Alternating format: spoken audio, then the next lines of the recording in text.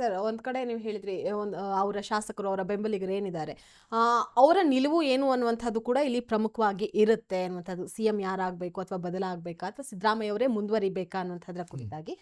ಆದ್ರೆ ಶಾಸಕರ ಬೆಂಬಲ ಏನಿದೆ ಹೈಕಮಾಂಡ್ ಮುಂದೆ ಇಲ್ಲಿ ಪ್ರದರ್ಶನ ಆದ ಬಳಿಕ ಹೈಕಮಾಂಡ್ ಯಾವ ರೀತಿ ಇದ್ರ ಬಗ್ಗೆ ಮತ್ತಷ್ಟು ರಾಜ್ಯದ ಮೇಲೆ ಅಥವಾ ರಾಜ್ಯ ಕಾಂಗ್ರೆಸ್ ಮೇಲೆ ಪರಿಣಾಮ ಬೀರದಂತೆ ಯಾವ ರೀತಿ ಇಲ್ಲಿ ರಿಯಾಕ್ಟ್ ಅನ್ನು ಮಾಡಬಹುದು? ಎಸ್, ಈಗ ಎರಡು ರೀತಿ ಪ್ರಶ್ನೆಗಳಿದೆ ನಿಮ್ಮ ಪ್ರಶ್ನೆಗೆ. ಅಂದ್ರೆ ಎರಡು ರೀತಿಯಿಂದನೂ ನೋಡ್ಬೋದು. ಏನಂದ್ರೆ ಮೊದಲನೇದಾಗಿ ಎಸ್ ಆಫ್ಕೋರ್ಸ್ ಶಾಸಕರ ಬೆಂಬಲ ಯಾರಿಗಿದೆ ಅವರೇ ಮುಖ್ಯಮಂತ್ರಿ ಆಗಬೇಕು ಅನ್ನೋದು ಸಂವಿಧಾನದ ಆಶಯ, ಕಾನೂನು ಕೂಡ ಹಂಗೆ, ನೀತಿ ನಿಯಮಗಳು ಕೂಡ ಅದೇ.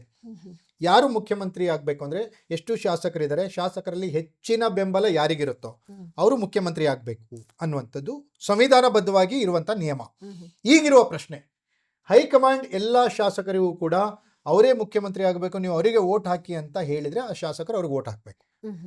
ಓಕೆ, ಇಲ್ಲಿ ಆ ಶಾಸಕರಿಗೆ ಎಷ್ಟು ಸ್ವಾತಂತ್ರ್ಯ ಇರುತ್ತೆ ಅನ್ನುವಂಥದ್ದು, ಅವರ ಅಭಿಪ್ರಾಯವನ್ನ ಮುಕ್ತವಾಗಿ ಹಂಚಿಕೊಳ್ಳಿಕ್ಕೆ ಎಷ್ಟು ಸ್ವಾತಂತ್ರ್ಯ ಇರುತ್ತೆ.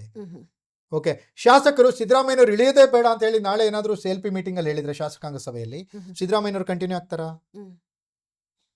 ಅಲ್ವಾ?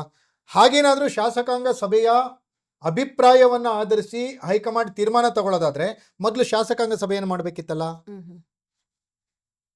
ಓಕೆ, ಹೈಕಮಾಂಡ್ ನಿರ್ಧಾರ ದೆಹಲಿಗೆ ಹೋಗಿದ್ರಲ್ಲ ಸರ್, 135 ಶಾಸಕರು ಹೋಗ್ಬೇಕಲ್ಲ. ಶಾಸಕಾಂಗ ಸಭೆಯಲ್ಲಿ 130, ಈಗ 140 ಆಗಿದೆ. ಮೊನ್ನೆ ಉಪಚುನಾವಣೆಯಲ್ಲೆಲ್ಲ ಗೆದ್ಮೇಲೆ 140 ಜನ ಶಾಸಕರಿದ್ದಾರೆ. 140 ಜನ ಶಾಸಕರನ್ನ ಕರೆದು ಶಾಸಕಾಂಗ ಸಭೆಯನ್ನ ಕರೆದು CLP ಮೀಟಿಂಗ್ ಅಂತ ಹೇಳ್ತಾರೆ. ಆ ಮೀಟಿಂಗ್ ಮಾಡಿ ಆ ಮೀಟಿಂಗ್ ನಲ್ಲಿ ವೋಟಿಗೆ ಹಾಕ್ತಾರೆ. ಯಾರೋ ಒಂದಿಬ್ರು, ಅಲ್ಲಿನೂ ಕೂಡ ಮತದಾನ ಆಗುತ್ತೆ, ಯಾರ ಪರವಾಗಿ ಯಾರ ವಿರುದ್ಧವಾಗಿ. ಓಕೆ, ಸಿದ್ದರಾಮಯ್ಯನ ಪರವಾಗಿರೋರು ಕೈ ಎತ್ತರಪ್ಪ ಅಂದ್ರೆ ಕೈ ಎತ್ತಬೇಕು, ಅವರು DK ಶಿವಕುಮಾರ್ ಪರವಾಗಿರೋರು ಕೈ ಎತ್ತರಿ ಅಂದ್ರೆ ಕೈ ಎತ್ತಬೇಕು. ಅಲ್ಲಿ ಯಾರಿಗೆ ಹೆಚ್ಚಿಗೆ ಬೆಂಬಲ ಇದೆ ಅನ್ನೋದ್ರ ಮೇಲೆ ಅವರು ಮುಖ್ಯಮಂತ್ರಿ ಅಂತ ಆಯ್ಕೆ ಆಗುತ್ತೆ. ಆದ್ರೆ ಇಲ್ಲಿ ಹೈಕಮಾಂಡ್ ಸೂಚನೆ ಕೊಟ್ರೆ, ಇಲ್ಲಪ್ಪ DK ಶಿವಕುಮಾರ್ ಒಬ್ಬರೇ ಇದ್ದಾರೆ CLPಯಲ್ಲಿ, ನೀವು ಅವರನ್ನೇ ಮುಖ್ಯಮಂತ್ರಿಯಾಗಿ ಆಯ್ಕೆ ಮಾಡಬೇಕು ಅಂತೇಳಿ ಶಾಸಕರಿಗೆ ಅವ್ರು ಹೇಳಿದ್ರೆ ಅವ್ರು ಒಪ್ಕೊಳ್ಬೇಕು, ಯಾಕಂದ್ರೆ ಪಕ್ಷದ ಹೈಕಮಾಂಡ್. ಹಾಗಾಗಿ ಸಿದ್ದರಾಮಯ್ಯನವರು ಏನ್ ಹೇಳ್ತಾರೆ ಅನ್ನೋದನ್ನ ಶಾಸಕರು ಕೇಳ್ತಾರೆ ಬಿಟ್ರೆ ಹೈಕಮಾಂಡ್ ಏನ್ ಹೇಳುತ್ತೆ ಅನ್ನೋದನ್ನ ಶಾಸಕರು ಕೇಳಲ್ಲ. ಹಾಗಾಗಿ ನಾಳೆ ಸಿದ್ದರಾಮಯ್ಯನವ್ರು ಏನ್ ಹೇಳ್ತಾರೆ ಮೊದಲೇದು, ಅದಾದ್ಮೇಲೆ ಸಿದ್ದರಾಮಯ್ಯನವ್ರು ಏನಾದ್ರು ಓಕೆ ಶಾಸಕಾಂಗ ಸಭೆಯಲ್ಲಿ ನಾವು ತೀರ್ಮಾನ ಮಾಡ್ತೀವಿ ಅಂದ್ಬಿಟ್ರು ಅಂದ್ರೆ ಅದು ಇನ್ನೊಂದು ರೀತಿಯ ಕುತೂಹಲಕ್ಕೆ ಕಾರಣವಾಗುತ್ತೆ. ಶಾಸಕರು ಯಾವ ರೀತಿ ತೀರ್ಮಾನ ತಗೊಳ್ತಾರೆ ಅನ್ನೋದ್ರ ಮೇಲೆ ಅದು ಮತ್ತೆ ಅವಲಂಬಿತ ಆಗುತ್ತೆ. ಹಾಗಾಗಿ ಮುಂದಿನ 4 ದಿನಗಳು ಅಥವಾ 1 ವಾರಗಳ ಕಾಲ ಕರ್ನಾಟಕ ರಾಜಕಾರಣ ರೋಚಕ ಘಟ್ಟದತ್ತ ಹೋಗುತ್ತೆ. ಮೊದಲನೇದು. ಎರಡನೇದಾಗಿ, ಮುಖ್ಯಮಂತ್ರಿಯಾಗಿ ಸಿದ್ದರಾಮಯ್ಯನವರು ಮುಂದುವರಿತಾರಾ ಅಥವಾ ರಾಜೀನಾಮೆ ಕೊಡ್ತಾರಾ? ರಾಜೀನಾಮೆ ಕೊಟ್ಟ ಮೇಲೆ DK ಶಿವಕುಮಾರ್ ಬರ್ತಾರಾ ಅಥವಾ ಬೇರೆಯವ್ರು ಬರ್ತಾರಾ?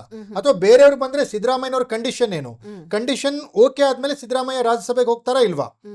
ಈ ಎಲ್ಲಾ ಬೆಳವಣಿಗೆಗಳು, ಈ ಎಲ್ಲ ನೋಡಿ, ಎಲ್ಲ ಸಿದ್ದರಾಮಯ್ಯನವ್ರ ಸುತ್ತನೇ ಸುತ್ತಾ ಇದಾವೆ ಬಿಟ್ರೆ DK ಶಿವಕುಮಾರ್ ಸುತ್ತಾ ಇಲ್ಲ. ಹಾಗಾಗಿ DK ಶಿವಕುಮಾರ್ ಇನ್ನು ಬೆಂಗಳೂರಿಗೂ ಬಂದಿಲ್ಲ. DK ಶಿವಕುಮಾರ್ಗೆ ಸ್ವತಃ ಗೊಂದಲ ಇರ್ಬೋದು, ಸಿದ್ದರಾಮಯ್ಯನವರ ಉತ್ತರಾಧಿಕಾರಿ DK ಶಿವಕುಮಾರ್ ಆಗ್ತಾರ ಇಲ್ವಾ ಅನ್ನುವಂಥದ್ದು. ಹಾಗೇನಾದ್ರೂ ಅವ್ರಿಗೆ ಕಾನ್ಫಿಡೆನ್ಸ್ ಇದ್ರೆ ಅವ್ರು ಬಂದಿರ್ತಿದ್ರು. ಆಮೇಲೆ ತುಂಬಾ ಇಂಪಾರ್ಟೆನ್ಸ್ ಏನಂದ್ರೆ, ನಿಶ್ಚಿತ ನಿನ್ನೆ ನಾವು ಇವರು ಹೈಕಮಾಂಡ್ ಮೀಟಿಂಗ್ ಮುಗಿದ್ಮೇಲೆ ಮೀಟಿಂಗ್ ನಿಂದ ಆಚೆ ಬರುವಂತ ವಿಜುವಲ್ಗಳನ್ನ ನಾವು ನೋಡಿದೀವಿ, ನೀವು ನೋಡಿದೀವಿ. KC ವೇಣುಗೋಪಾಲ್ ಜೊತೆಗೆ ಸಿದ್ದರಾಮಯ್ಯನವರು ಬರ್ತಾರೆ, DK ಶಿವಕುಮಾರ್ ಬರ್ತಾರೆ. ಬರುವಾಗ ಅವರ ಆ ಒಂದು ಕಾನ್ಫಿಡೆನ್ಸ್ DK ಶಿವಕುಮಾರ್ ಹತ್ರ ಇರ್ಲಿಲ್ಲ. ಆಕ್ಚುಲಿ DK ಶಿವಕುಮಾರ್ ನಾನು ಹತ್ತಿರದಿಂದ ಬಲ್ಲೆ, ಅವರು ಕೋಪದಲ್ಲಿದ್ದಾಗ, ಅವರು ಬೇಜಾರಾದಾಗ ಯಾವ ತರ ರಿಯಾಕ್ಟ್ ಮಾಡ್ತಾರೆ, ಅವ್ರಿಗೆ ಬೇಕಾಗಿರೋಂಥ ಅವ್ರ ಫೇವರ್ ಆಗಿರುವಂಥ ತೀರ್ಮಾನಗಳು ಬಂದಾಗ ಅವ್ರು ಯಾವ ರೀತಿ ರಿಯಾಕ್ಟ್ ಮಾಡ್ತಾರೆ ನನಗೆ ಗೊತ್ತಿದೆ. ಓಕೆ, ನೆನ್ನೆ ಆ ಒಂದು ಮುಖದಲ್ಲಿ ಆ ಭಾವನೆಗಳು ಇದು ಕಾಣ್ತಾ ಇರಲಿಲ್ಲ. ಹಾಗಾಗಿ ಸಿದ್ದರಾಮಯ್ಯನವ್ರಿಗೂ ಇಲ್ಲಿ ಕ್ಲಾರಿಟಿ ಇಲ್ಲ, ರಾಜೀನಾಮೆ ಕೊಡ್ತಾರೋ ಇಲ್ವಾ ಅನ್ನೋಂಥದ್ದು. ಅದೇ ರೀತಿ DK ಶಿವಕುಮಾರ್ ಅವ್ರಿಗೂ ಕ್ಲಾರಿಟಿ ಇಲ್ಲ, ಸಿದ್ದರಾಮಯ್ಯನವರ ನಂತರ ತಾನು ಮುಖ್ಯಮಂತ್ರಿ ಆಗ್ತಾನೆ ಇಲ್ವಾ ಅನ್ನೋಂಥದ್ದು ಕೂಡ.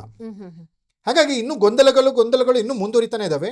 ಕಾಂಗ್ರೆಸ್ ಹೈಕಮಾಂಡ್ ಈ ಎಲ್ಲಾ ಗೊಂದಲಗಳಿಗೂ ಶೀಘ್ರವಾಗಿ ಒಂದು ಅಂತ್ಯವನ್ನ ಹಾಡಬೇಕಾಗಿದೆ. ಆ ಜರೂರತ್ತಿದೆ. ಯಾಕಂದ್ರೆ ಕರ್ನಾಟಕದ ಜನ 135 ಸ್ಥಾನಗಳಷ್ಟು ಇವ್ರಿಗೆ ಓಟ್ ಕೊಟ್ಟು ಗೆಲ್ಸಿರೋದ್ರಿಂದ ಕರ್ನಾಟಕದ ಜನರಿಗೆ ಗೊಂದಲ ಮುಕ್ತವಾದಂಥ ಆಡಳಿತವನ್ನ ನಿರೀಕ್ಷಿಸೋದು ಅವ್ರ ಹಕ್ಕು. ಹಾಗಾಗಿ ಕಾಂಗ್ರೆಸ್ ಹೈಕಮಾಂಡ್ ಇದ್ರ ಬಗ್ಗೆ ಸ್ವಲ್ಪ ಎಚ್ಚರಿಕೆ ಹೆಜ್ಜೆಯನ್ನು ಇಡಬೇಕನ್ಸುತ್ತೆ ನಿಶ್ಚಿತ.